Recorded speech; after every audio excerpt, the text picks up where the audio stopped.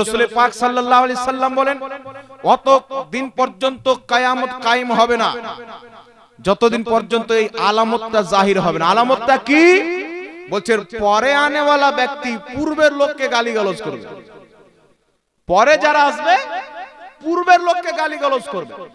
এখন আপনি দেখেন কিছু জাহিল লোক বেরিয়েছে, ওয়াহাবি নাম আহলে হাদিস দিয়েছেন, কিন্তু পুরো দলটাকে চালাচ্ছে আমেরিকা, ইসরায়েল। তাদের ফান্ডিং এই দলটা চলে, ইসলামের সাথে তাদের কোনো সম্পর্ক নাই। এরা মানুষকে উদাহরণ দিয়ে বুঝায় কি? মানুষকে উদাহরণ দেয় ঘোড়ার সাথে, যেমন ঘোড়ার ডিমের কোনো সম্পর্ক নাই।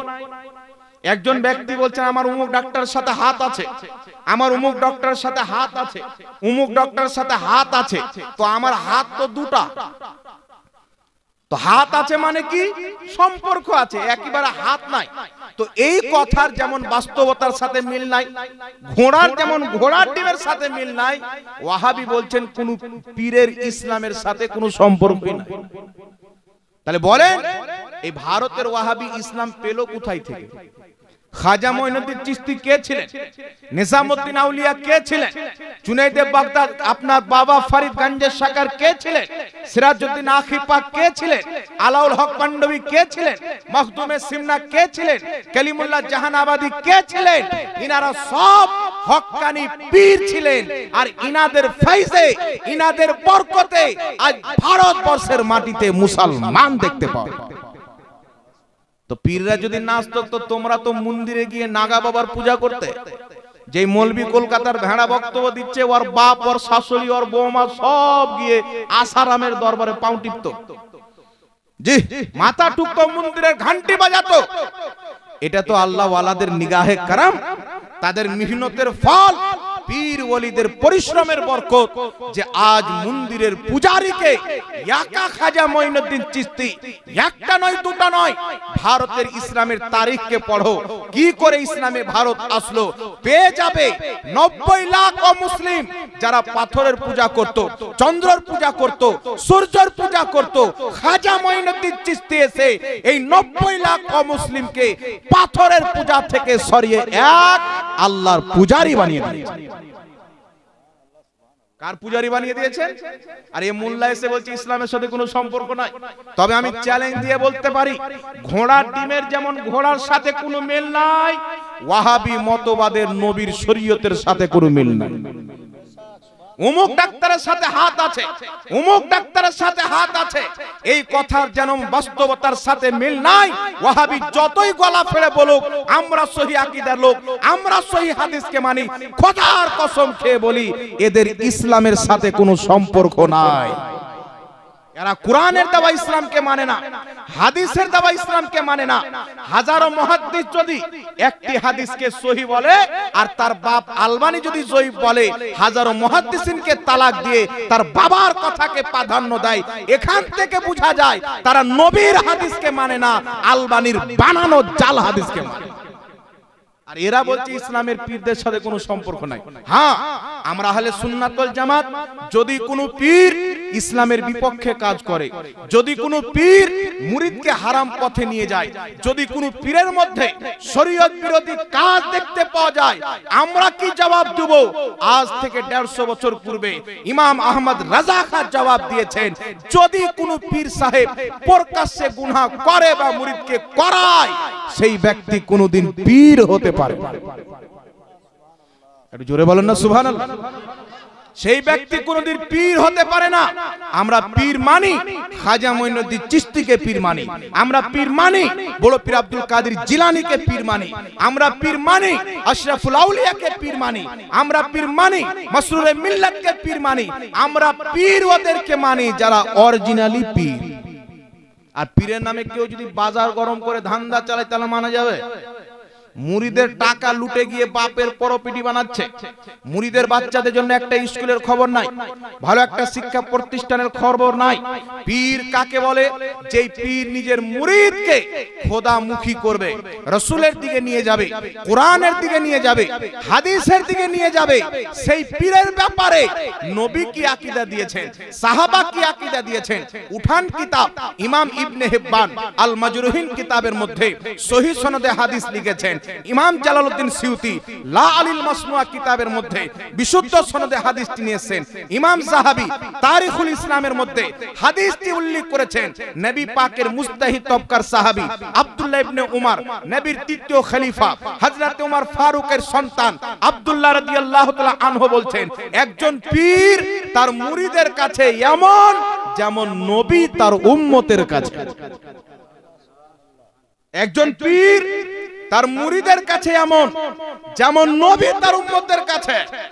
এটা কে বলছেন বাবা? এটা সাহাবী, নবী পাকের সাহাবী, আর আম সাহাবী নয়। সাহাবীদের মধ্যে যিনি মুস্তাহিদ, সাহাবীদের মধ্যে যিনি সবচাইতে বেশি জ্ঞানী, তিনি এই বার্তা দিচ্ছেন। আর আমার নবী কি বলেছেন? যেই ব্যক্তি নিজের শাইখের সম্মান করলো, নিজের পীরের সম্মান করলো, আমার নবী মুস্তাফা বলেছেন সেই ব্যক্তি খোদার সম্মান করলো। এটা নবীর হাদিস। যে নিজের শাইখের সম্মান করলো, পীরকে আরবিতে শাইখ বলা হয়। কিন্তু এই ওয়াহাবি কত বড় মুনাফিক দেখেন। মক্কার মুনাফিক যদি জীবিত থাকতো তো 80 বার কান ধরে উঠতো আর বসতো আর আল্লাহর শুকরিয়া আদায় করতো। আল্লাহ আমরা মুনাফিক তো ছিলাম, কিন্তু এই ওয়াহাবির মতো তো মুনাফিক নাই। এ মানুষকে বলছে পীর মানা হারাম, আর প্রত্যেক মৌলবীর নামের আগে টাইটেল দিয়েছে শাইখ। আছে না নাই? শাইখ দাজ্জাল বিন ইহুদি, শেখ নামরুদ বিন ফিরআউন, শেখ ইয়াজিদ বিন ফাজিদ, বিভিন্ন রকম মৌলবীর নামের আগে শেখ লাগিয়ে রেখেছে। আর এদের বাংলাদেশি শেখ যদি 100টা থাকে, একটাও শুদ্ধভাবে একটা হাদিস পড়েছে আমাকে দেখান। চ্যালেঞ্জ থাকলো মুসলমান, সোশ্যাল মিডিয়ার মাধ্যমে ওয়াহাবি বাংলাদেশি শেখদের হাজারো বক্তব্য, লাখ লাখ বক্তব্য কোটি কোটি লোক শুনে মোবাইলের মধ্যে আছে, তারা একটা হাদিস শুদ্ধ করে পড়েছে, কোনো মায়ের লাল দেখাতে পারে না। দেখা কাজ্জাব বিন ইহুদি একটা হাদিস সহিহ পড়েছে, মুজাফফর বিন মুহসিন একটা হাদিস সহিহ পড়েছেন, কোনো মায়ের লাল দেখাতে পারবে না। এদেরকে হাদিস পড়েই জানেন, আর ফের বলবে কি 30 বছর থেকে হাদিস পড়ায় আর বেটা কলমা খুঁজে পাই না। চিন্তা করছে, বলে কালিয়া চোখে আমি 30 বছর থেকে বাস করি, কিন্তু কালিয়া চোখে 5 তলা মসজিদ নাই। তাহলে ওই লোকটা জুতা খাবে কি খাবে না বাবা? এ 35 বছর থেকে হাদিস পড়ায়, পাগলা কুত্তা বলছে যে আমি লা ইলাহা ইল্লাল্লাহ মুহাম্মাদুর রাসূলুল্লাহ কালেমা খুঁজে পাই। তো তুই ইহুদির মাদ্রাসায় পড়লে পড়ালে কালেমা কি করে খুঁজে পাবি? সুন্নিদের মাদ্রাসায় পড়ো, 35 বছর সময় লাগবে না, 35 সেকেন্ডে সহিহ হাদিস থেকে তোমাকে সুন্নিদের বাচ্চা বাচ্চা লা ইলাহা ইল্লাল্লাহ মুহাম্মাদুর রাসূলুল্লাহ কালেমা বের করে। তুমি খ্রিস্টানদের মাদ্রাসায় পড়েছো তো খ্রিস্টানদের জিনিস পাবে আল্লাহর আকার আকৃতিওয়ালা, ইহুদিদের আকীদা পাবে আল্লাহর আকার আকৃতিওয়ালা। কিন্তু আলহামদুলিল্লাহ রাব্বিল আলামিন আমাদের মাদ্রাসাগুলিতে আমরা ফাটাং করে খুঁজে পেয়ে নি আল্লাহর মেহেরবানি, পীর ওলিদের দোয়া। কিন্তু এরা কত বড় মুনাফিক বাবা, বলছে পীর মানা হারাম, আব্বার নামের আগে বলছে শেখ উমুক, শেখ উমুক, শেখ উমুক। আচ্ছা বলেন তো বাবা, কেউ যদি বলে পানি পান করা হারাম, ওয়াটার পান করা জায়েজ, তাহলে ও মৌলবি না কলবি বাবা? কথা বলে, ওই যে পানি পান করা জায়েজ, ওয়াটার পান করা হারাম। তো আপনাদের কালিয়াচক মডেলের লোক কি বলবে মৌলবীকে নামা? একে পাগলাখানা ভাই রাঁচি ঝাড়খণ্ড, আর সেখানেও যদি না হয় তাহলে আগ্রাতে সবচেয়ে বড় পাগলাখানা আছে, সেখানে ভর্তি করে। বুঝে কেন? বুঝে পীর হলো ফার্সি শব্দ, আর আরবি হলো শেখ। তো আরবিতে পীর মানলে জায়েজ, আপনি ফার্সিতে বললেন না জায়েজ। কত বড় কোম্পানির পাগলা চিন্তা করে। এই কোম্পানি যেখানে সেখানে পাওয়া যাবে না। এই পাগলা কোম্পানির আসল ফ্যাক্টরি হচ্ছে নজ, আর দ্বিতীয় নাম্বার ফ্যাক্টরি হয়েছে বাংলাদেশ। শয়তানের কাছ থেকে ভণ্ডদের একটা ট্রাক আসছিল, আর বাংলাদেশে এসে পাল্টি মেরে দিয়েছিল। যত ভণ্ডই বাংলাদেশ। আর কিছু গাধাও পেয়েছে জীবনে কোরআন হাদিস পড়েনি, বাংলাদেশে গিয়ে চ্যালেঞ্জ মারছে, কিন্তু ভারতের মৌলবীর নাম নেই। এ জানে যে ভারতে মৌলবীর নাম যদি নিয়ে নি, ইমাম আহমদ রাজার সৈনিক খাজা মঈনুদ্দিন চিশতির মাননেওয়ালা বাড়ির দরওয়াজাতে এসে গলাতে গামছা লাগিয়ে বের করে নিয়ে গিয়ে বাহাস করে দেখিয়ে দিবে এই জমিনের মাটিতে দলিল যদি কৌরির কাছে থাকে তো সুন্নি জামাতের কাছে। তোমার কাছে তো বাবা জাল হাদিসও নাই, কিন্তু বলে না যে ভাঙা কলসি বাজে বেশি। বাজে কি বাজে না? ভাঙা কলসি বাজে বেশি। এখন আমাকে বাবা 1 মাস থেকে আমি করির ফোন তুলি না, এটা ভাগ্যের ব্যাপার। মুফতি সাহেব ভাই ফোন করেছেন তাই পেয়ে গেছে। হ্যাঁ, কিন্তু 1 মাস থেকে আমি করি ফোন তুললাম, ভবিষ্যতে এক একটা কেউ খুব বেশি করছি তো তুলছি।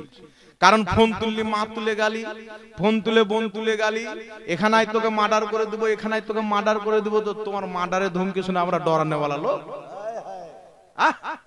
गुलामाने मुस्तफा जान देने से नहीं डरते, सर कट जाए रह जाए कोई परवाह नहीं करते।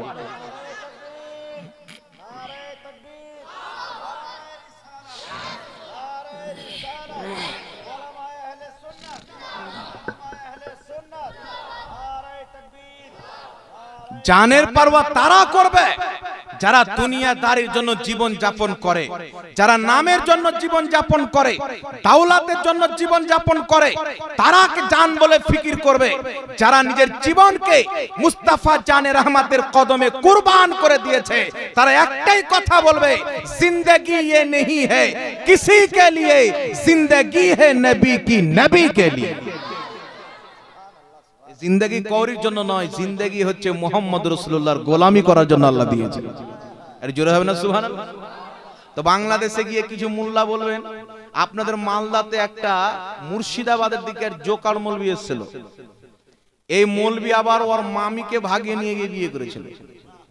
বুঝতে পারছেন? ওর নামটা আমি বলছি না, এখানে ইউটিউবার আছে, ওরা বুঝে নেবে, ফটো মনে হয় লাগিয়ে দিবে। এই মৌলবি বলছে পচা হানাফিদের কথা বলবো, যারা ইয়া নবী সালামুন আলাইহি বলে তারা, বলছে যারা নবীর ইলমে গায়েব মানে তারা, যারা নবীকে নূর মানে তারা, যারা মিলাদুন নবী পালন করে তারা, এরা হলো পচা হানাফি। আচ্ছা বলেন তো বাবা, যারা ইয়া নবী সালামুন আলাইহি বলে তারা যদি পচা হানাফি হয়, ও বেটাদের কিতাবে লেখা আছে আসসালাতু ওয়াসসালামু আলাইকা ইয়া রাসূলুল্লাহ, তারা ওরা কোন হানাফি হবে? জি, ওরা কোন হানাফি হবে বলেন? মানে কিছু খুঁজে পাই না তো ইয়া নবী সালামু আলাইকাতে আজ পর্যন্ত আটকে আছে। একজন লোক আমাকে এসে বলছে, হুজুর আপনি যদি ইয়া নবী সালামুন আলাইকা সহিহ হাদিস থেকে দেখিয়ে দেন তো আমি সুন্নি হয়ে যাব। আমি ওদের একটা বাংলা বই নিলাম, ওই বইয়ে দুরূদ লেখা আছে নাহমাদুহু নুসাল্লি আলা রাসূলিল কারীম। আমি বললাম তোমাদের বাবা শেখ দাজ্জাল বিন ইহুদি লিখেছে না নুসাল্লি আলা রাসূলিল কারীম, এই দুরূদটা কোন হাদিসে আছে? এই হাদিসের উপরকার হাদিসে লেখা আছে ইয়া নবী সালামুন আলাইকা। তো তুমি এটা দেখিয়ে দাও, আমি ওটা দেখিয়ে দেব, আমার বেঁচে থাকা পর্যন্ত চ্যালেঞ্জ। আর আমি এটা চ্যালেঞ্জ করতে চাই সোশ্যাল মিডিয়ার মাধ্যমে। এখানে আপনারা এলাকার লোক শুনছেন, মোবাইলের মাধ্যমে, মিডিয়ার মাধ্যমে সারা পৃথিবীতে যাবে। এই জমিনের মাটিতে, নীল আকাশের নিচে এমন কোন লামাযহাবী ওয়াহাবী আহলে হাদিস জন্ম নেয়নি যে ইয়া নবী সালামুন আলাইকা পাঠ করাকে অবৈধ প্রমাণ করবে। খোদার কসম খেয়ে বলি, যদি 1 কোটি লামাযহাবী মুল্লা একদিকে যায়, ইমাম আহমদ রাজার মাননেওয়ালা আমার মতন গুনাহগার যদি একদিকে থাকে, তারা যদি ইয়া নবী সালামুন আলাইকাকে অবৈধ বা বিদআত প্রমাণ করে, তাদের কিতাব থেকে তাদের 14 নাসলকে বিদআতি প্রমাণ করার যোগ্যতা আল্লাহ আমাদেরকে দান করুন। হিম্মত নাই, গলাবাজি করে চলে যাবে, কিন্তু ফেস টু ফেস চলে আসবে। মায়ের বুকের দুধে এতটা পাওয়ার নাই। আলহামদুলিল্লাহ আমাদেরকে অক্সিজেন বিভিন্ন জায়গা থেকে পাওয়া যায়। কখনো আজমির থেকে হাওয়া চলে আসে, কখনো বাগদাদ থেকে চলে আসে। এটা ভাগ্যের ব্যাপার। এই জন্য আপনাকে বলতে চাই বাবা, আজকের পবিত্র মাহফিল হচ্ছে কি উপলক্ষে? ইসালে সওয়াব। ইসালে সওয়াব। কিছু বাঁদর টাইপের মৌলবি বেরিয়েছে, দেখবেন আমাকে বলে যে জাহাঙ্গীর মৌলবি গালি দিচ্ছে। তো বাঁদর বলবো না তো কি বলবো? যেটা শরীয়তে নবী নবীর সাহাবারা বৈধ মনে করে গিয়েছেন, নবী আমার জায়েজ করিয়ে গিয়েছেন, কুরআন পাকের আয়াতে আল্লাহ জায়েজ করেছেন দুয়াকে খায়রকে, আর সেটাকে যদি কেউ বিদআত বলে ও বাঁদর নয়? ওর চাইতে তো বাঁদর ভালো। জি, ভালো কি ভালো নয়? আমি একটা বাংলাদেশে মৌলবীর ব্যাপারে বলেছিলাম, ওই মৌলবীটা বলেছে নবী কবরে মরা মানুষ পড়ে আছে। তো আমি ওর ব্যাপারে বলেছিলাম যে ওর যদি মুখ দেখে নাও তো 7 দিন ভাত খাওয়া যাবে। তো কিছু চুজা আমার বিরুদ্ধে ভিডিও বানাচ্ছে যে নবী পাকের জামানায় একজন ব্যক্তি, একটা লোক খাটো ছিল, ওকে খাটো বলেছিল। তো নবী তাকে নিষেধ করেছিলেন বলতে, ডেটেছিলেন, সতর্ক করেছিলেন। আর জাহাঙ্গীর মুফতি হাদিসের বক্তব্য দিচ্ছে আর হাদিসের বিপক্ষে আমল করছে। তো আমি বললাম নবীর জামানায় মুসলমানকে বলা হয়েছিল, আমি যে তোমার বাপকে বলেছি মুসলমান প্রমাণ করুন। আমি তো কম বলেছি, আমার আল্লাহ কোরআন পাকে বলছেন উতুল্লিন বাদা যালিকা জানিম, যারা আমার নবীর বেয়াদবি করে তাদের জন্মের দোষ থাকে।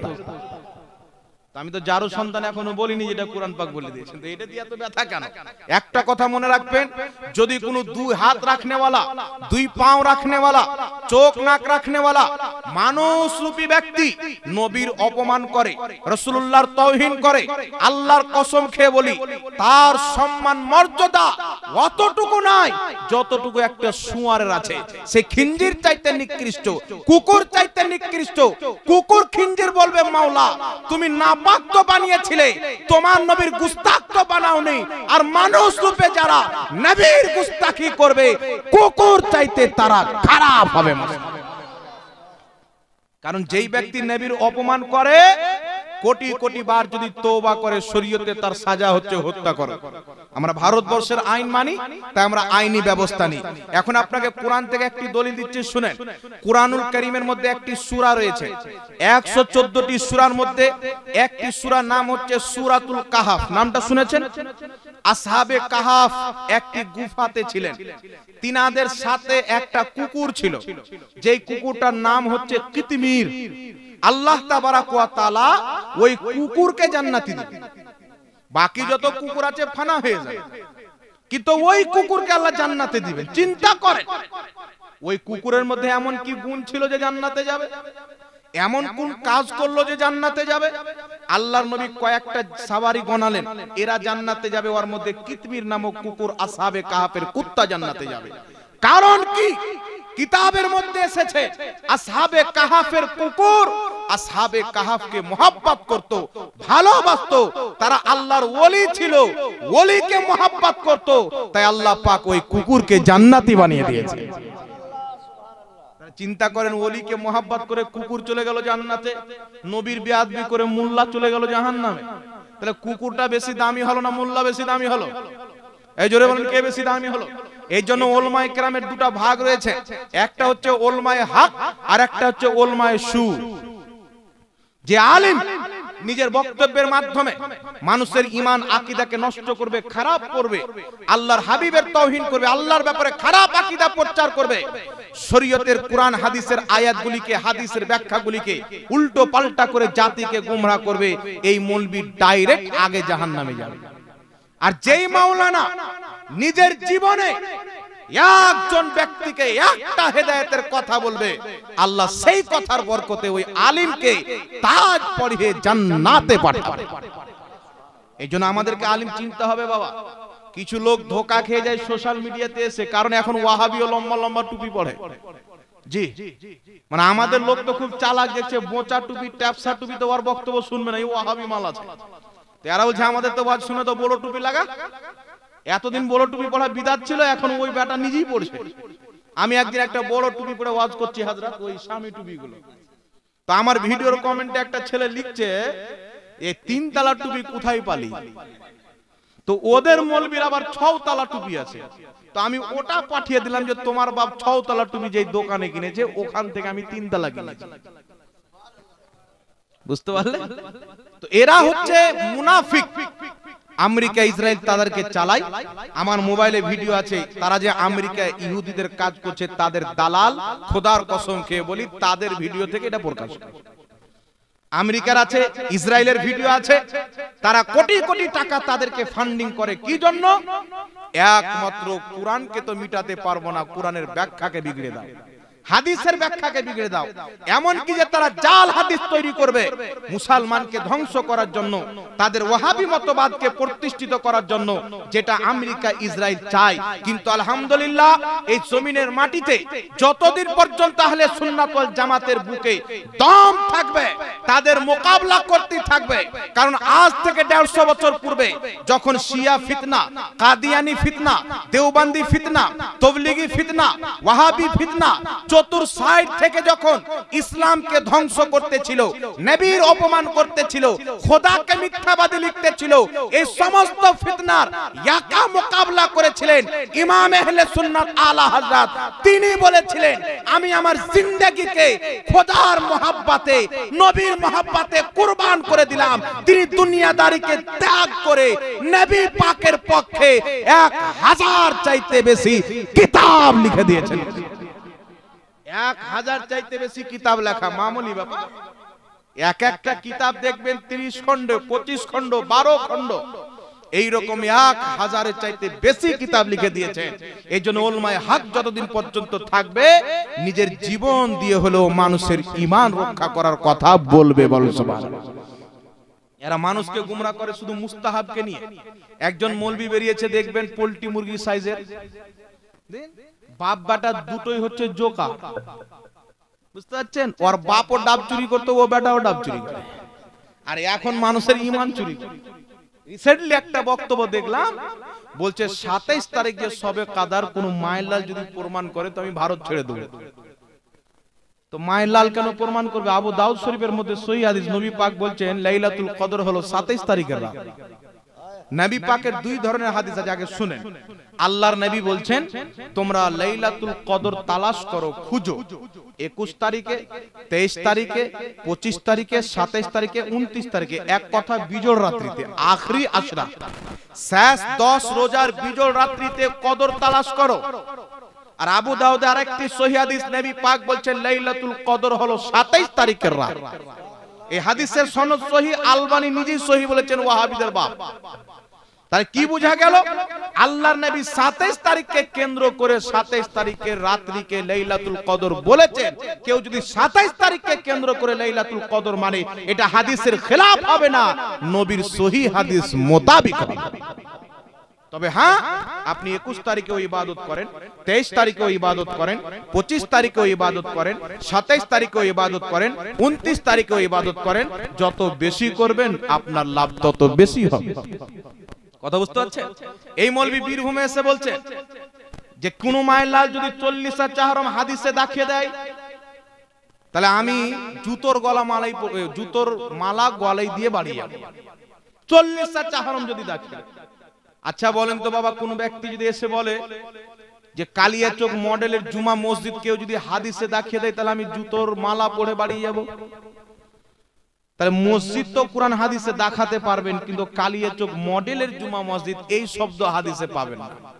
আল্লাহ জানে, যখন নবী পাক বলেন হাদিস, নবীর কথা হাদিস, আল্লাহ যখন কোরআন নাজিল করে তখন মডেল ছিল কিনা আল্লাহ জানে, কালিয়াচক ছিল কিনা আল্লাহ জানে, না কি বলেন? তো এর নাম নিয়ে যে মসজিদ থাকবে এটা সম্ভব? কিয়ামত পর্যন্ত কেউ পাবে না। ওই মোল্লার বাবার মাদ্রাসায় প্রত্যেক বছর জালসা হয়। কি জালসা হয়? 18তম বার্ষিকী জালসা, 19তম বার্ষিকী জালসা, মাদ্রাসার উন্নতি কল্পে জালসা, দস্তরবন্দির জালসা। ওকে বলেন যে মাদ্রাসার উন্নতি কল্পে জালসা কোন হাদিসে আছে? তো আপনাকে যুক্তি দিবে কি?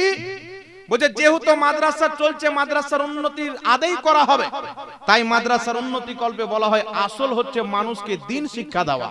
এই জালসাতে আলিম ওলমা কুরআন হাদিসের বক্তব্য দিবে, মানুষকে দ্বীন শিখাবে। বেটা 4 দিনে করে তাই চাহরম বলা হয়, 40 দিনে করে তাই 40 বলা হয়। আসল হচ্ছে নেক কাজ করে তার সওয়াব মৃত্যু ব্যক্তিকে বকশে দেওয়া। 40 দিনে করলে 40 বলা হয়, 4 দিনে করলে চাহরম বলা হয়, বছর বছর করলে বার্ষিকী বলা হয়। 40 চাহরম কোরআন হাদিসে নাই। এই 40 চাহরমে যেই কাজ করা হয়, প্রত্যেকটা কাজ কোরআন এবং হাদিসে আছে, তার মোতাবেক আছে। এখন আপনাকে কয়েকটি রেফারেন্স দিচ্ছি, একটু লক্ষ্য করে শুনেন। আচ্ছা বলেন বাবা, চাহরমে কি কাজ হয়? ইসালে সওয়াব হয় কি না? ইসাল মানে হচ্ছে পাঠানো, সওয়াব মানে হচ্ছে নেকি। জীবিত ব্যক্তি দুয়া, দানের সওয়াব, ফকির মিসকিনকে দান দিয়ে দিল, মাদ্রাসা মসজিদে দান দিয়ে দিল, দোয়া করে নিল, 10টা লোককে খাবার খাইয়ে দিল, 10টা মিসকিনকে কাপড় পরিয়ে দিল, আর নিয়ত করল আল্লাহ এই সওয়াবটা আমি আমার বাবার নামে বকশে দিলাম। তো জীবিত ব্যক্তি নেকির কাজ করে তার সওয়াবটা মুর্দার নামে বকশে দেয়, একে বলা হয় ইসালে সওয়াব। আর এটা কোরআন থেকে প্রমাণিত। আমার আগে মুফতি সাহেব বলছিলেন, আপনারা শুনলেন। আল্লাহ বলছেন যারা পরবর্তীতে এসে পূর্ববর্তী লোকদের জন্য দোয়া করে। কি দোয়া করে? আল্লাহ আমাদেরকেও ক্ষমা করো, আমাদের পূর্বের ঈমানদার যারা ঈমান নিয়ে চলে গেছেন তাদেরকেও ক্ষমা করো। তাহলে দোয়া যদি কাজে না লাগতো, তাহলে পূর্বের লোকের জন্য দোয়া করতে আল্লাহ বলতেন? জোরে বলেন, বলতেন কি? তো অবশ্যই দোয়ার প্রয়োজন আছে। তাই আল্লাহ পাক বলেছেন যারা দোয়া করে তাদেরকে আল্লাহ পছন্দ করেছেন এবং আল্লাহ বলছেন উদউনি আস্তাজিব লাকুম, তোমরা আমার কাছে দোয়া চাও আমি কবুল করব, তোমাদেরকে দিব। আর যারা আমার দোয়া থেকে মুখকে ফিরিয়ে নেয় আল্লাহ বলছেন অবিলম্বে তারা লজ্জিত হবে এবং জাহান্নামের আগুনে জ্বলবে। এই দোয়া মৃত্যু ব্যক্তির নামে করা যাবে, সবাই মানে। মৌলভী সাহেব বলছে কোরআন তেলাওয়াতের সওয়াব কি করে যাবে? বাংলাদেশে কিছু গাধা শেখ বেরিয়েছে বাবা, একটা বক্তব্য শুনলাম, বাংলাদেশে একটা কাকড়ামুজ্জামান বলে মৌলভী আছে, এ বেটা বলছে যে সবাই মিলে একসাথে কোরআন তেলাওয়াত করা হারাম নাজায়েজ। টার্গেট কোথায়? সুন্নি মুসলমানের বাবা মা মারা যায়, আত্মীয় স্বজন মারা যায়, তো মানুষজনকে ডেকে একত্রিত করে কোরআন শরীফ পড়ে তার সওয়াব মৃত্যু ব্যক্তির নামে বকশে দাও। এটা কি টার্গেট করে বলছে? খালি শিক্ষার জন্য যায়, বাকি বিভিন্ন জন্য করলে না যায়। এটা সারাসার হাদিসের খেলাফ। কিন্তু আপনাকে বলছি শুনেন, মৃত্যু ব্যক্তির ইন্তিকালের পর মানুষের জন্য খাওয়া দাওয়ার ব্যবস্থা করা হয়, ওয়াজ নসিহত দোয়া খায়রের ব্যবস্থা করা হয়, কোরআন তেলাওয়াতের ব্যবস্থা করা হয়। এই প্রত্যেকটা জিনিস আপনাদের সম্মুখে, দোয়া তো কোরআন থেকে প্রমাণ হয়ে আলো, হাদিস থেকে আপনাকে প্রমাণ করছে, একটু লক্ষ্য করে শুনেন। প্রথম কথা হচ্ছে সবাই মিলে কোরআন শরীফ পাঠ করা যাবে কি যাবে না? সুনানু দারমি বলে একটি হাদিসের কিতাব রয়েছে, বেইরুত লেবানন থেকে প্রকাশিত কিতাবটি আমি কিনেছি আলহামদুলিল্লাহ। সেই কিতাবের মধ্যে হাদিস রয়েছে, হযরতে মুজাহিদ বিশ্ববিখ্যাত তাবেঈ, তিনি বলছেন আমরা এবং সাহাবায়ে কেরাম আরো অন্যান্য তাবেঈ থেকে সহিহ হাদিস, তিনারা বলছেন আমাদের জামানায় যারা সুন্দরভাবে কোরআন তেলাওয়াত করতে জানতো তাদেরকে দাওয়াত দিয়ে বাড়ি থেকে ডেকে এনে একত্রিত হয়ে কেউ 2 পারা, কেউ 3 পারা, কেউ 5 পারা এইভাবে কোরআন পাঠ করে আমরা খতম করতাম, তারপরে দোয়া করতাম। আমাদের আকীদা ছিল যে কোরআনুল কারীম তেলাওয়াত করে খতম করার পর যেই দোয়া করা হয় মুস্তাজাবুন, ওই দোয়া আল্লাহর দরবারে কারেন্টের মতো কবুল হয়ে যায়। যে দোয়া খতম কোরআনের পর করা হয় ওই দোয়া অবশ্যই আল্লাহর দরবারে কবুল হয়। এটা কোথায় থেকে এসেছে? সাহাবায়ে কেরামের যুগ থেকে, তাবেঈনদের যুগ থেকে। তাহলে এটাকে কেউ যদি বিদআত বলে তাহলে এই ইসরাইলের শরীয়ত মানে কি মানে না বাবা? এ তো ইংরেজদের ইসলামকে মানে। আমরা আহলে সুন্নাত ওয়াল জামাত নবীর শরীয়তকে মানি, সাহাবার শরীয়তকে মানি, সালফে সালেহিনদের শরীয়তকে মানি। তারা মানুষকে ডেকে কোরআন খতম করেছে, আমরাও কোরআন খতম করি। আর সুনানুদ দারমির হাদিসটিকে ইমাম নববী রাহমাতুল্লাহ আলাইহি নিজের কিতাব আল আজকারের 82 পৃষ্ঠার মধ্যে উল্লেখ করে বলছেন হাযা হাদিসুন সহিহুন। সাহাবা তাবেঈনগণ সবাই একত্রিত হয়ে কোরআন খতম করে দোয়া করতেন। এই হাদিসের সনদ হচ্ছে সহিহ। জোরে বল সুবহানাল্লাহ। একটু জোরে হবে না সুবহানাল্লাহ? তাহলে যেটা সাহাবী করেছেন ওটা জায়েজ না না জায়েজ? যেটা তাবেঈন করেছেন জায়েজ না না জায়েজ? একজন দুইজন নয়, অসংখ্য সাহাবা মিলে করেছেন। এখন আপনাকে বলছি শুনেন, কিছু লামাযহাবী লোক বেরেছে, আগে এরা নিজেকে বলতো শাফি, সাইফি বলতো, সাইফি বলতো না?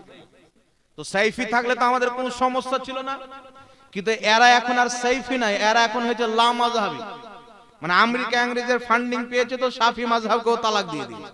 এরা এখন বাদর মৌলবীদের মাযহাব মানে, যেগুলো ইউটিউব গুগলে শয়তানের মতন ঘুমটা পড়ে ঘুরে বেড়ায়। জি, মাথায় ঘুমটা পড়ে না? জি, সহিহ বুখারীর মধ্যে হাদিস একটু শুনেন। সহিহ বুখারীর মধ্যে হাদিস, বিশ্ববিখ্যাত সাহাবী হযরতে আনাস রাদিয়াল্লাহু তাআলা আনহু জুমার দিনে মিম্বারে চেপে মানুষের দিকে তাকাচ্ছেন, তো অনেক সাহাবী মাথাতে চাদর দিয়েছে। শুনছেন তো আপনারা? এই আমার দিকে লক্ষ্য করেন, আপনারা কথা বলেন, আমার দিকে লক্ষ্য করেন। সহিহ বুখারীর মধ্যে হাদিস, হযরতে আনাস তাকাচ্ছেন তো সাহাবায়ে কেরাম জুমার দিনে মাথাতে চাদর দিয়েছেন, মানে টুপি, আর টুপির উপরে এই রকম ঘুমটা। দেখেছেন না কিছু মৌলবি ইউটিউবে? এই মৌলবির দাড়িটি যদি না থাকতো তো আমাদের যুবকরা মনে করতো খতরনাক মহিলা।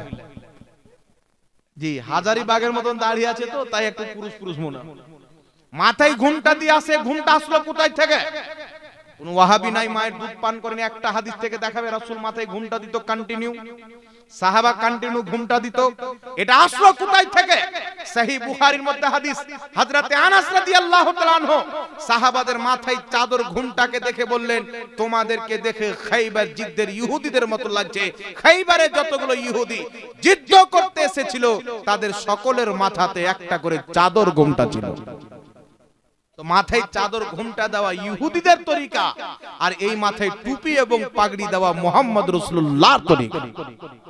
তো যারা ইহুদির তরিকা অবলম্বন করেছে তারা আমাদেরকে যেন শিক্ষা না দেয় যে আমরা কোথায় কি করছি। নিজের লেবাসকে পরিবর্তন করো, আকীদাকে পরিবর্তন করো, ওই আকীদার উপরে চলে এসো যেই আকীদা ইমাম ইবনে হাজার আসকালানির আকীদা ছিল, ইমাম নববীর আকীদা ছিল, ইমাম বুখারীর আকীদা ছিল, গাউসে আজমের আকীদা ছিল, ইমামে হুসেনের আকীদা ছিল, সাহাবার আকীদা ছিল। নবীর দেওয়া আকীদাতে চলে এসো। যেই আকীদাকে নবী সঠিক বলেছেন ওটা আহলে হাদিস নয়, ওটা হচ্ছে আহলে সুন্নাত ওয়াল জামাত। এটাকে নবী আসল জান্নাতি বলেছেন। এখন শুনেন বিরাদর ইসলাম, এই ওয়াহাবি বলছে কি মরা গরু কি আর চারা খায়? বলছে কেন? বলছে গরু যদি মরে যাওয়া যদি ঘাস দিত খাবে? তো একটা লোক মরে গেল, ওর নামে কোরআন তেলাওয়াত করে লাভ কি? দোয়া করে লাভ কি? তা আমি বললাম তোমার বাপ মা মরলে গরু হয়ে যায়, কুত্তা হয়ে যায়, বিল্লি হয়ে যায়, তোমাদের চারা খায় না।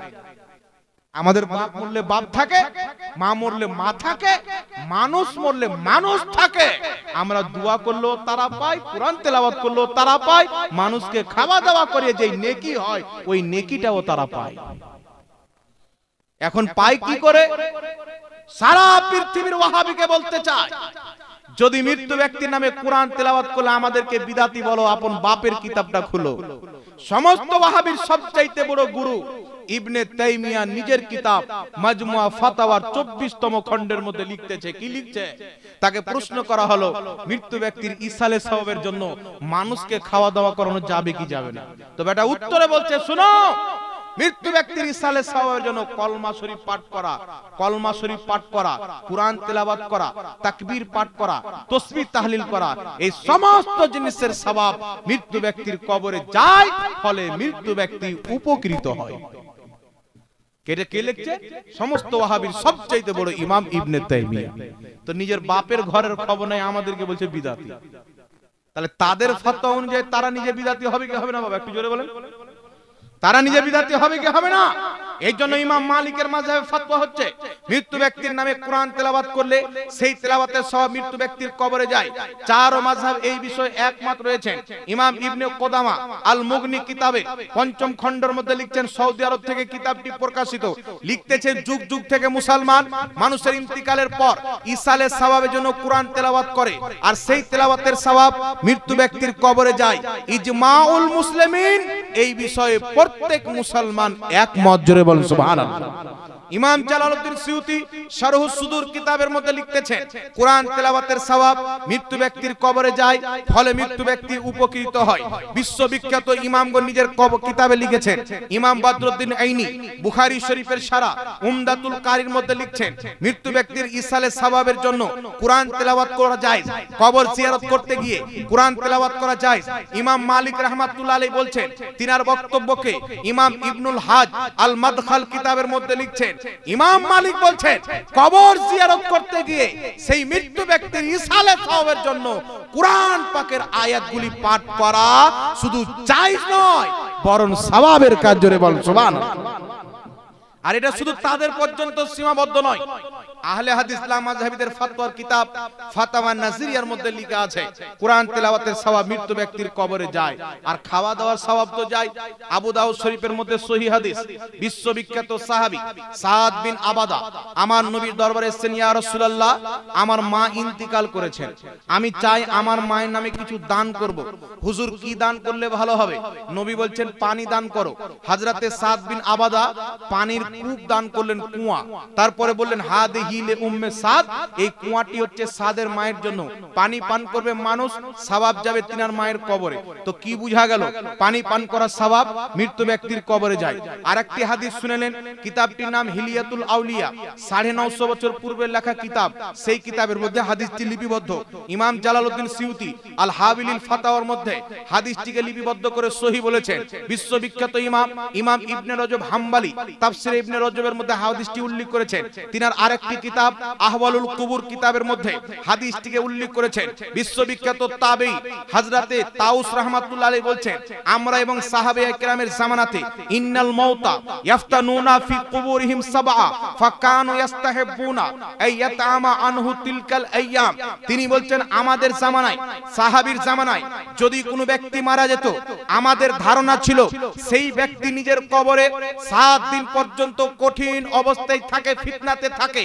তাই আমরা মৃত্যু ব্যক্তির রুহে মাগফিরাতের জন্য, তার ইসালে সওয়াবের জন্য 7 দিন পর্যন্ত মানুষকে খাওয়া দাওয়া করাতাম। সুবহানাল্লাহ। কি করাতাম? খাওয়া দাওয়া করাতাম। এই জন্য মুহাদ্দিসিনে কিরাম একমত, প্রত্যেক নেকির সওয়াব, প্রত্যেক নেক কাজের সওয়াব মৃত্যু ব্যক্তির কবরে যায়। কিভাবে যায়? সিহাহ সিত্তার মধ্যে হাদিস, তাফসিরে রুহুল বয়ানের মধ্যে সহিহ হাদিস, আল্লাহর নবী বলছেন, যখন কোন জীবিত ব্যক্তি মৃত্যু ব্যক্তি নামে সওয়াবকে বকশায়, সওয়াব পাঠায়, আল্লাহর নবী বলছেন জিবরিল আমিন জান্নাতি প্লেটে করে সওয়াব নিয়ে মুর্দার কবরে হাজির হয়ে যায়। কে নিয়ে যায়?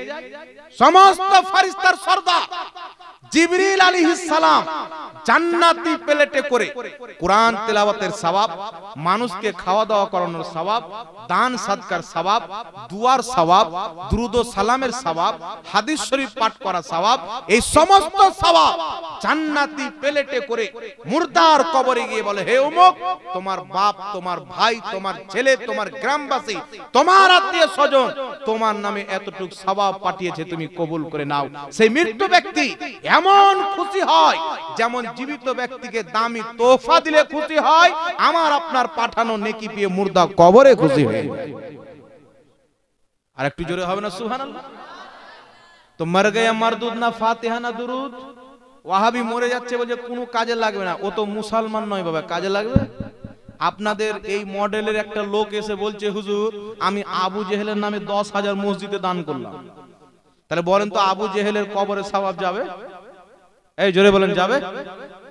কোন ব্যক্তি যদি বলে আমি ইয়াজিদের নামে দান করলাম, লাভ আছে? আবু লাহাবের নামে দান করলাম, লাভ আছে? আর কেউ যদি বলে আমি এই 10 টাকা আবু বকর সিদ্দিকের নামে দান করলাম, নেকি চলে যাবে। কেউ যদি বলে আমি হযরতে আলীর নামে দান করলাম, নেকি চলে গেল। কেউ যদি বলে গওস পাকের নামে দান করলাম, দান আল্লাহর জন্য, সওয়াবটাও তিনার জন্য, চলে যাবে। তো আবু জেহেলের নামে গেল না, আবু লাহাবের নামে শরীয়ত বলছে যাবে না, উতবা সাইবার নামে শরীয়ত বলছে যাবে না, আবু বকর সিদ্দিকের নামে শরীয়ত বলছে যাবে, ওমর ফারুকের নামে শরীয়ত বলছে যাবে, মাওলা আলীর নামে শরীয়ত বলছে যাবে। তো বুঝা কি গেল, যারা আবু জেহেল, উতবা সাইবার মতো বেঈমান হবে তাদের ইসালে সওয়াব নাই, করে কোনো লাভ হবে না। যারা সাহাবায়ে কেরামের মতো মুসলমান হবে তাদের ইসালে সওয়াব করলে উপকার আছে। তো আমরা আবু জেহেলের মাননে वाला না সাহাবার মাননে वाला?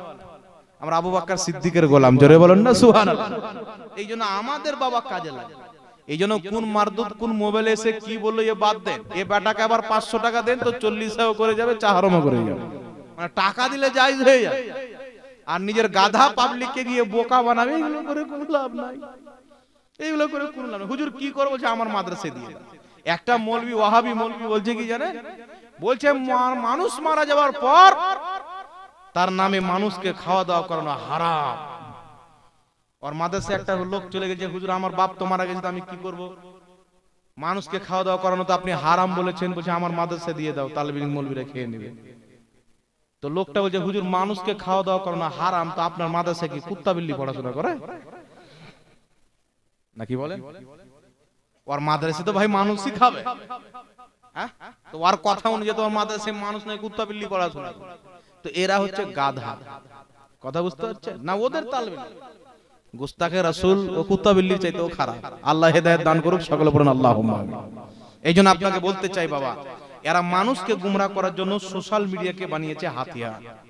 এদের এই মিডিয়াকে ধ্যান না দিয়ে আল্লাহ পাক এই সরজমিনের উপরে বড় বড় আলিমে দ্বীনকে পাঠিয়েছেন।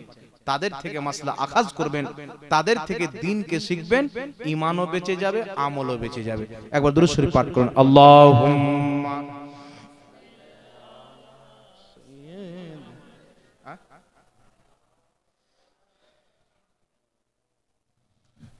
ওয়ালা আলি সাইয়্যিদিনা।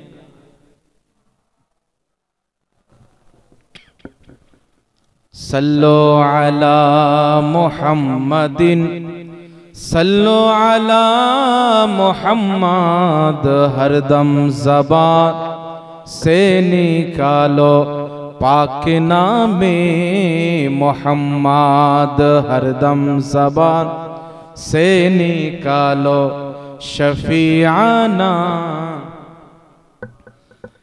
वल्लाह वल्लाह वल्लाह वल्लाह वल्लाह वल्लाह।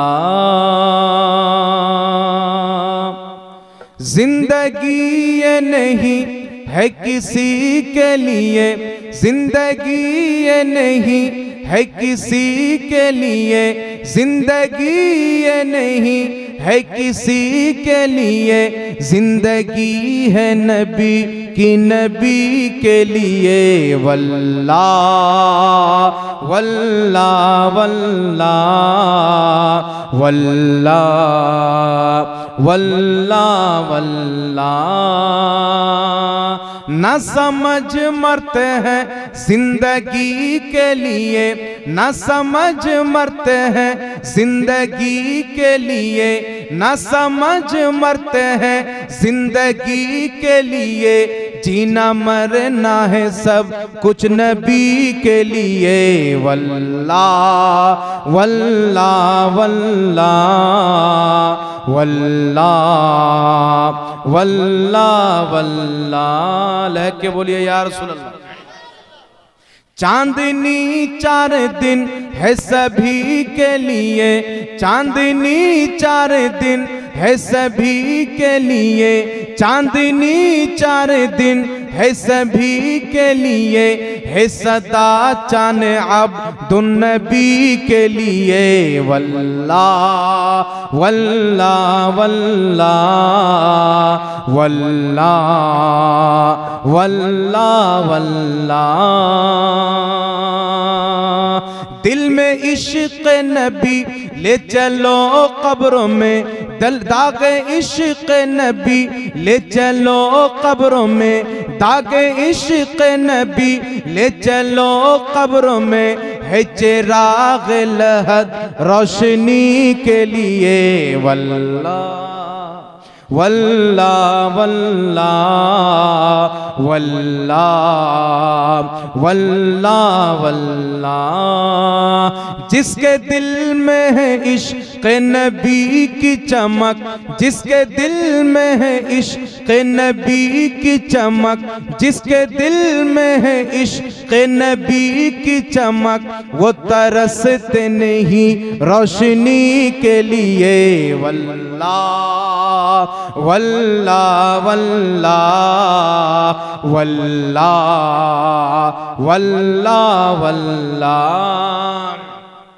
रब काबा ने सुन्नी बनाया हमें, ওয়াহাবি আংরেজ বানিয়েছে, আহলে হাদিস আংরেজরা বানিয়েছে, শিয়া ইহুদিরা বানিয়েছে, সুন্নি মুহাম্মদ রাসূলুল্লাহর ওসিলায় আল্লাহ নিজেই দান করেছে।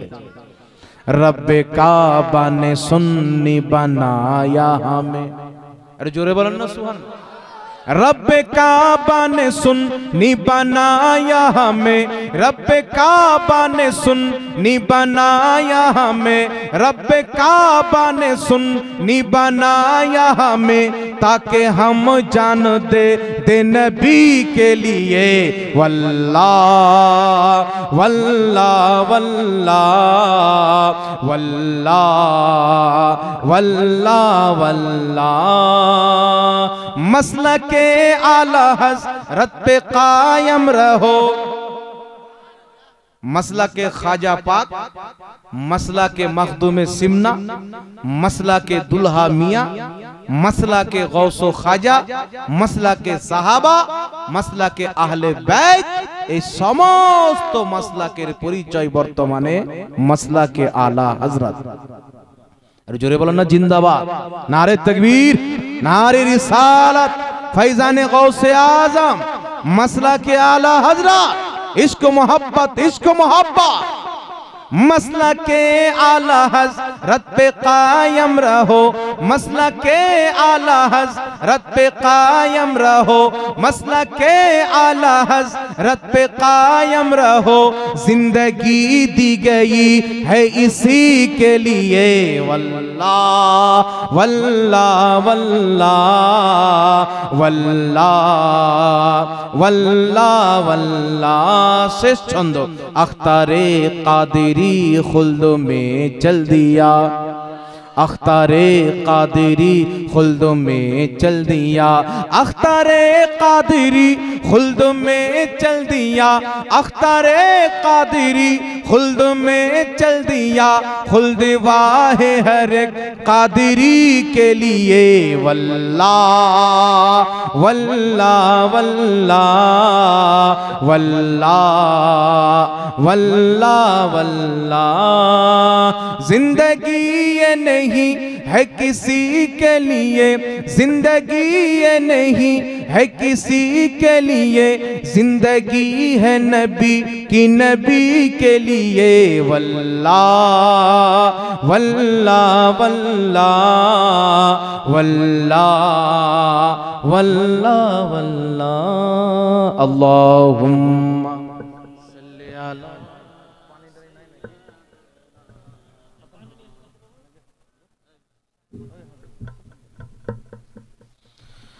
আলে সাইয়্যিদিনা মাওলানা মুহাম্মদ। আমার পকেটটাই বন্ধ করে দিয়েছেন, এমন করে লাগিয়েছেন, এই দেখেন কি সুন্দর হলো, দেখেন। আর পকেট মনে হচ্ছে পয়সা চাচ্ছে, দে রে বাবা দে। যাক জাযাকাল্লাহ, যাক আলহামদুলিল্লাহ। বিরাদর ইসলাম, আমি আয়াতে কারিমা পাঠ করেছিলাম। আল্লাহ বলছেন ইন্নাদ দীনা ইনদাল্লাহিল ইসলাম, নিশ্চয় আল্লাহ তাবারাক ওয়া তাআলার নিকটে একমাত্র মনোনীত ধর্ম হচ্ছে ইসলাম। একটু জোরে বলেন সুবহানাল্লাহ। যেই ব্যক্তি ইসলাম ধর্মকে মানে তাকে বলা হয় মুসলমান। আর ইসলাম ধর্ম কিসের প্রতি দাঁড়িয়ে আছে? মিশকাতুল মাসাবির মধ্যে হাদিস, প্রথম খণ্ড ঈমানের চ্যাপ্টারের মধ্যে সাহিবে মিশকাত হাদিসটি নিয়ে এসেছেন। বুনিয়াল ইসলাম আলা খামসিন। এই আপনারা ঝগড়া করিয়েন না, এই তো এটাই তো খারাপ। আদব সহকারে, এই ভাই এই ভাই এই বাবা, আদব সহকারে বসেন। আপনারা কালকে থেকে নিয়ে সারা দিন গল্প করিয়েন, অসুবিধা আছে? এখন দু চারটা কথা শুনেন, আপনার কাজে দিবে। কথা বুঝতে পারছেন কি পারেন না? হ্যাঁ, আর না শুনবেন তাহলে আমাদেরকে ডেকেও কোনো লাভ নাই, এত বড় মাহফিল সাজিয়েও কোনো লাভ নাই। শোনার জন্য ডেকেছেন তো, না কি বলেন? এই শুনবেন না ছেড়ে দেবো, আর শুনলেও শোনা মানে এই দুটো কথা শুনে নেন। রাসূল পাক বলছেন বুনিয়াল ইসলাম আলা খামসিন, ইসলামের বুনিয়াদ ভিত হচ্ছে পাঁচটি জিনিসের উপরে। কটি জিনিসের উপরে? কিসের পানি এটা? আচ্ছা, ট্যাপের। ইসলামের ভিত হচ্ছে পাঁচটি জিনিসের উপরে। প্রথমটি হচ্ছে লা ইলাহা ইল্লাল্লাহ মুহাম্মাদুর রাসূলুল্লাহ। নবী পাক বলছেন শাহাদাতান, এই কথার সাক্ষী দেওয়া। আশহাদু আল্লা ইলাহা ইল্লাল্লাহ, আল্লাহ ছাড়া কেউ ইবাদতের যোগ্য নয়। ওয়া আশহাদু আন্না মুহাম্মাদান আবদুহু ওয়া রাসূলুহু, আর আমি সাক্ষী দিচ্ছি মুহাম্মদ সাল্লাল্লাহু আলাইহি সাল্লাম আল্লাহর বান্দা এবং রাসূল। জোরে বলেন সুবহানাল্লাহ। এটা এক নাম্বার। তারপর রাসূল পাক বলছেন ইকামিস সালাত, যেই ব্যক্তি আল্লাহকে এক মেনে নিল, রাসূলকে আখরি নবী মেনে মুসলমান হয়ে গেল, ইকামিস সালাত, গরিব হোক আর ধনী হোক, কানা হোক আর চোখওয়ালা হোক, ফসা হোক আর শুননেওয়ালা হোক, গুঙ্গা হোক আর বলনেওয়ালা হোক, ন্যাংরা হোক আর লুলা হোক, তার প্রতি নামাজ হয়ে গেল ফরজ। নামাজ তাকে পড়তে হবে। কথা বুঝতে পারছেন?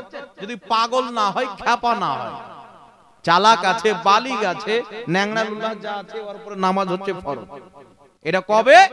ঈমানের পর সর্বপ্রথম ফরজ ইকামিস সালাত, তোমরা নামাজ কায়েম করো। আল্লাহ বলেননি নামাজ পড়ো, আল্লাহ বলেছেন নামাজ কায়েম করো। পড়ার কথা বললে তো 4টার সময় জোহরের নামাজ পড়ে নিতাম, রাত 12টায় এশার নামাজ পড়ে নিতাম। ইকামিস সালাত, নামাজ কায়েম করো, অর্থাৎ যেই টাইমে আমি আল্লাহ যেই নামাজকে ফরজ করেছি সেই টাইমে সেই নামাজকে পড়ো, আদায় করো। কথা বুঝতে পারছেন?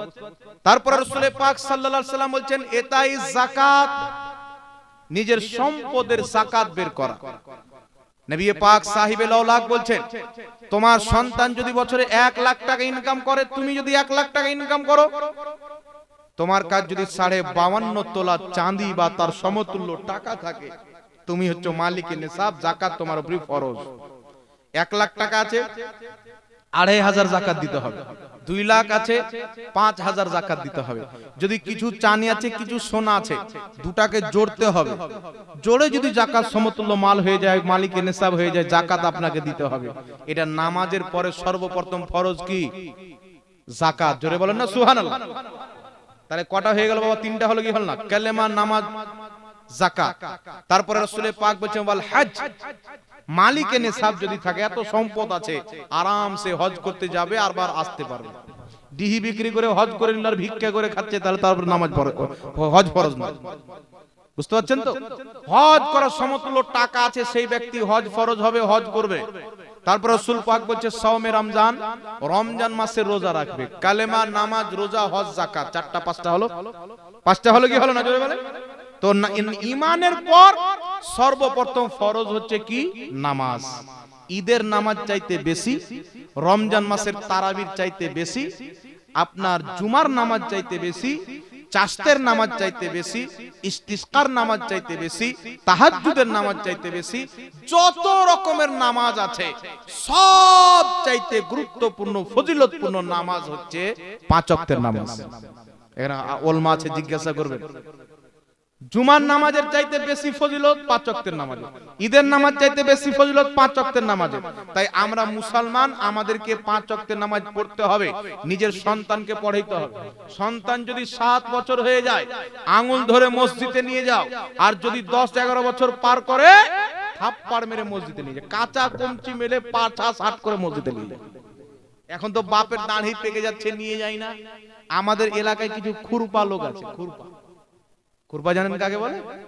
আমি এই নামটা রেখেছি, জানেন আপনাকে ভালো লাগবে না খারাপ লাগবে। খারাপ লাগলে আমার কি করার আছে? জি, খুরপা নাম রেখেছি। কাদের জানেন? 60-70 বছর বয়স হয়ে গেছে, গাল টাল সব ধসড়ে গেছে, আর যখন দাড়ি কাটতে যাচ্ছে তো এইভাবে চিমটা লাগিয়ে টেনে বের করে কাটতে যাচ্ছে। এরকম লোক আছে না? মানে যে কালকে স্পেশাল করে বিয়ে করতে যাবে। যুবককে যদি বলে হ্যাঁ বুঝি এখন বিয়ে শাদী হয়, এখন দাড়ি ছাড়বো, আর ও মুরব্বী বাবা যে 60 বছর পার করেছে, ও কি বিয়ে করবে? আর ও কেন দাড়ি কাটছে? একটা শয়তানি কালচার আমাদের মধ্যে চলেছে। দাড়ি কাটাটা এটা শয়তানি কালচার নয়? আমি কি ভুল বলছি বাবা? জি, আল্লাহ বলছে দাড়ি রাখো, নবী বলছেন দাড়ি রাখো, আর আমি কাটছি। তো দাড়ি রাখাটা হচ্ছে নবীর কালচার, দাড়ি কাটাটা হচ্ছে শয়তানের কালচার। তো দাড়ি আমরা কাটবো। ফারিস্তা কবর আসবে ভয়ানক হয়ে, যখন দেখবে বেটার দাড়ি নেই তখন আরো ভয়ানক হয়ে যাবে, পাতলা পায়খানা কবরে করে দেবে। এই জন্য কমসে কম দাড়িটি নিয়ে যান, যেন রহম আসে মুনকার নাকিরের, না কি বলে? আর নালে ভণ্ড বাবাদের মতো কেরামান কাতেবিন, রোজ হাসরের দিন করে যদি কোন রকম অভিযোগ, আমরা বইলে দেব দুনিয়াতে ছিলাম খাজা বাবার লোক। আরো চামড়া টান বেশি করে মারাকে কবরে ওর বাবা কাজে লাগবে। এই জোরে বলে। নামাজ, রোজা, হজ, যাকাত কায়েম করেন। রাত্রি অনেক হলো, শুনেন অল্প, আমল বেশি করেন। কথা বুঝতে পেরেছেন বাবা? 5 ওয়াক্তের নামাজ পড়বেন। তারাবি হোক, জুমা হোক, সব নামাজ চাইতে উত্তম হচ্ছে 5 ওয়াক্তের নামাজ। যারা 5 ওয়াক্তের নামাজকে ঠিক করে নিল, দুনিয়াতেও বেড়া পার, আখিরাতেও বেড়া পার হয়ে গেল। আল্লাহ আমাদেরকে নামাজি করুক, আমাদের আলো আওলাদকে নামাজি করুক। সকলে পড়ুন আল্লাহুম্মা আমিন। এই বলে নিজের বক্তব্য ইতি করলাম। ওয়া আখিরুদ দাওয়ানা আনিল হামদুলিল্লাহি রাব্বিল আলামিন।